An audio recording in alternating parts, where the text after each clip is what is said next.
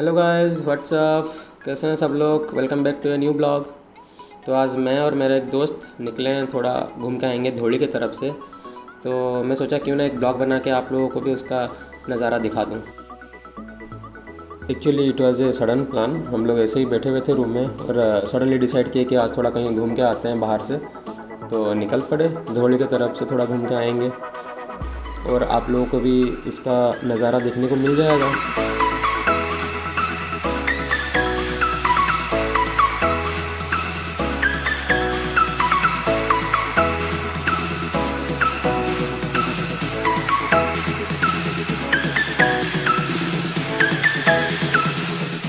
तो हम लोग पहुंच गए अपने डेस्टिनेशन पे।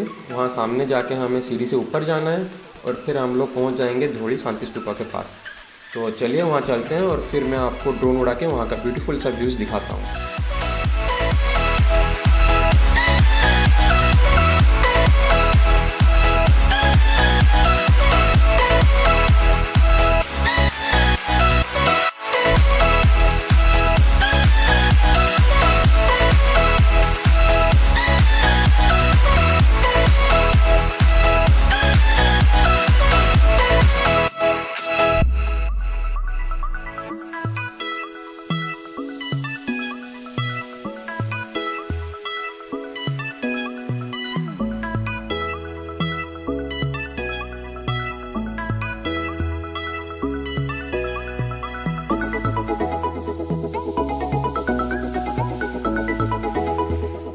आई होप वीडियो आप लोगों को अच्छा लगा होगा।